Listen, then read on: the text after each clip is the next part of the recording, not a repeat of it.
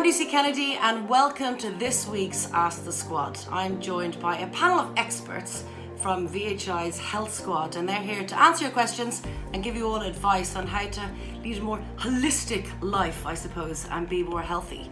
So joining me today is Martina Breen, Tom Coleman and Niall Ronan, who are experts in emotional well-being, sleep and exercise. How are we doing, guys? Great. Yourself? Great, fantastic. Great. Martina, will I start with you? So this question came in and I'm not surprised in the slightest that it has, because since giving birth I'm also obsessed with sleep. I've always been a good sleeper, but now I'm tossing and turning all night. How can I get back to normal? Yeah, so I suppose the first thing when I hear on that is that the person, they had a normal, Yeah. So something in their pattern, and of course all our lives have changed, since COVID came in, staying up later or staying in bed longer in the morning, or, stress, anxiety, there's so many different things that interferes and our schedule change. So I suppose that would be the first thing that I'd be asking. What about the media? I mean, I'm stuck with it. I have to review the papers every day. But people are kind of finding that it's just everywhere. It's on the telly, it's on the radio. They just can't avoid the doom and gloom. And what can people do? Sure. Like, we're being bombarded on an hourly basis, not even a daily basis. And I think I know when it started with me, I would listen to Morning Ireland. Yes. Yeah. In the morning, and then I'd be waiting for the 1 o'clock news, and then Don't Talk, the 6 o'clock news is on, and the 9 o'clock news, and I was watching nothing else, and I could feel even the anxiety, even though I was aware of it, I could even feel the anxiety developing in me. So I think we have to be aware, first of all, there's so much misinformation that goes around in so many sites. So it's to choose your source, a reliable source of where you're going to get your news, and limit it to, once a day is enough. If the world is going to end, someone is going to phone you and tell you. So, we don't have to be looking at the news all the time. And it's just, I suppose, a cognitive strategy to do is that if you're a worrier and you're prone to worrying, we can't stop, you can't stop a thought, but you can become aware of it. So you just say, well, right, okay, I'm going to give myself a worry hour. So rather than me getting up and spending the day worrying, 3 to 4 is my worry time. So I'm going to allow myself to indulge, to worry as much as I want during that time. And then I'm going to say, right, okay, I'm going to hold that because I'm doing something else, because I have a worry time later. Yes, park your worry, have a worry time. Now, you're into meditation, aren't you? Yes. Like, I go to yoga once a week, and, well, at least I used to. And it was the only time, literally, in 7 days that I wouldn't be allowed to talk for the 1 hour. So someone like me, who kind of talks a lot all day, and my head's kind of go around in circles, I need to meditate. And I think a lot of people do. So where do you even begin if you don't know what to do? Yeah, and I think a lot of people think, of meditation is a space, where I sit blissfully on a cushion like a yogi, and I've no thoughts, and I have this blank screen of a mind, Yes. So really, it is attention of breath. And so we don't have to learn how to do that. We're all breathing anyway, but we're not connected to our breath. Most of us are walking around, with a head sitting on a body without the connection.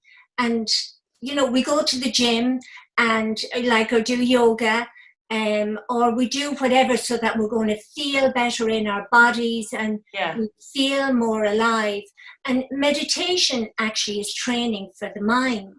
So if you think about going to the gym, sweating in the gym, meditation is sweating in the gym without the sweat and without the gym. Now, Tom, you deal with sleep. You're a sleep expert.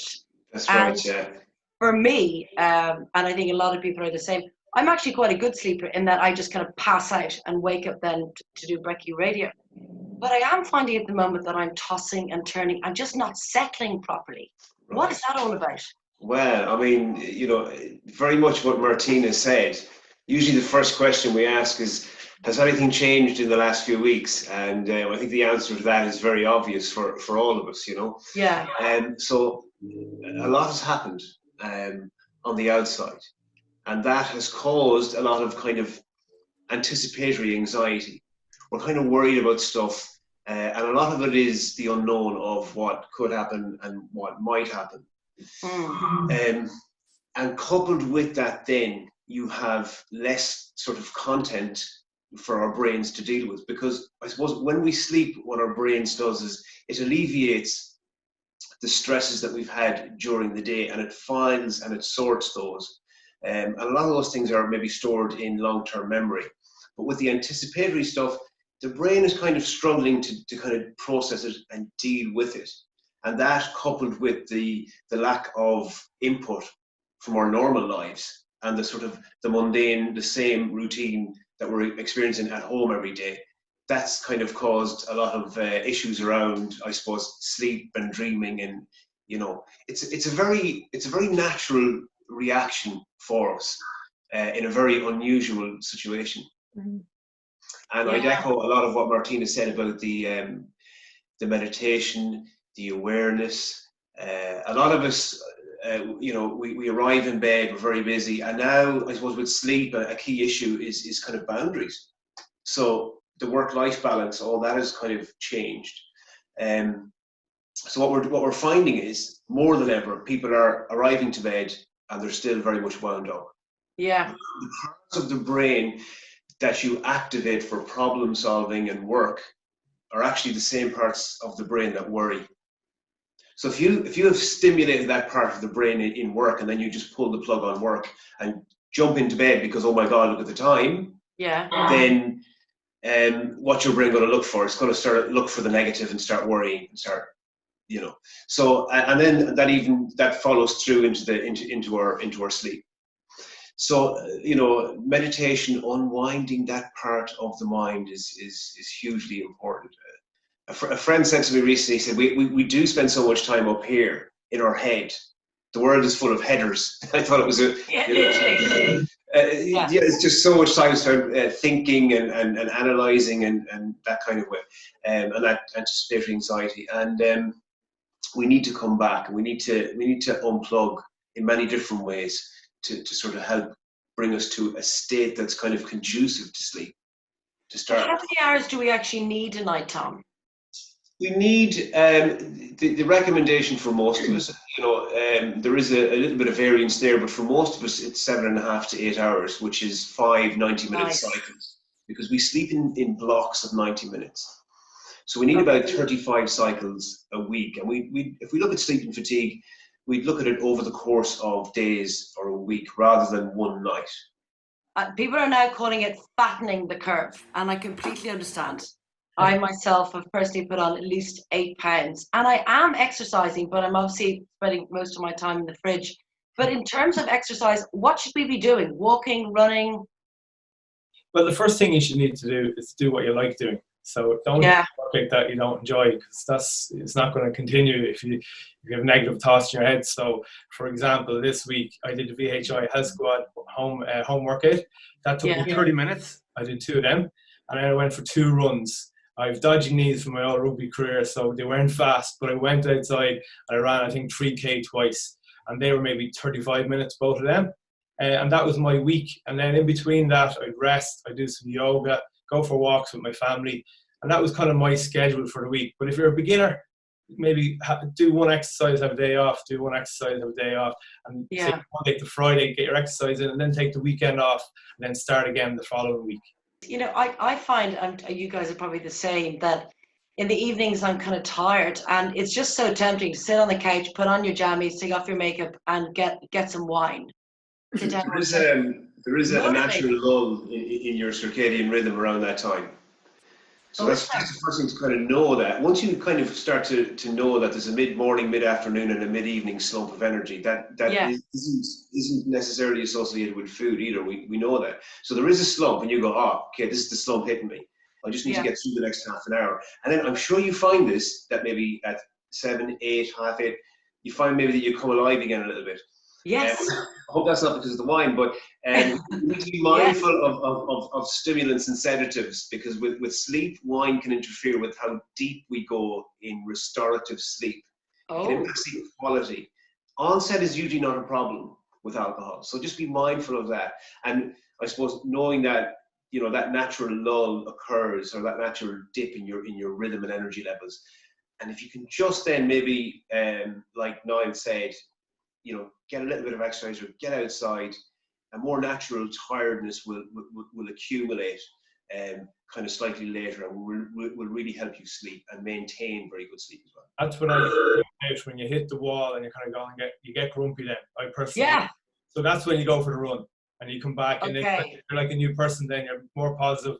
You have dinner. Mommy's home. Watch the baby, you know. So that's exactly how I do it. So maybe I get around 4:30 and say, right, I'm going for a run for 30 minutes. Then I go home, we feed the babies and we do our washes, and then we can relax then at 8 p.m. and watch whatever we're watching on Netflix. Yeah, and it's all about just trying to get into a healthy-ish kind of routine, isn't it? Like everything that you guys are saying is all basically just balancing a good routine.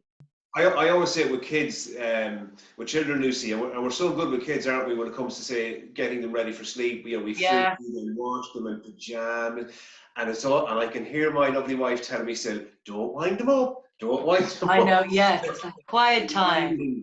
And having that lovely, peaceful, relaxing routine for the children, and yet for ourselves, we're stimulating and running around, and then we're going, I wonder why I can't sleep. So and with so many of us now, you know, I mentioned earlier of us, you know, working from home, you know, in a busy household, lots of people have reverted back to the bathroom or the bedroom, you know, for working, because that's where they get the quiet space. And you know, trying to really, and I can be guilty of it myself, to actually decide on a log off time, you know, that you log off the computer and that you do something else, that you prime yourself for winding down. Because if you're working up to the time that you're going to bed, the brain is still going, you know, and for people who actually work, you know, in the bedroom, and then the laptop is in the corner. So the mind, you know, so even if you're in a, you know, a 1-bedroom apartment, to have a workspace, an eating space, a resting space, and, you know, just set the rule, don't work from the bed, you know, because if you work from the bed, like, it makes sense. How are you going to just wind down and go sleep? You know, so it's like, remove the computer or have it covered with a cloth, or, you know, put it away, and then you have to log yourself off, you know. Maybe if it's only just going and getting yourself a warm drink, the old-fashioned way, a drink of Horlicks, or I grew up on a cup of cocoa before you went to bed. But it's something that's nurturing, and you're telling your body, okay, look, we're coming to wind down time now. A huge thank you to today's experts, and don't forget to ask the squad your questions through the VHI website. See you the next time.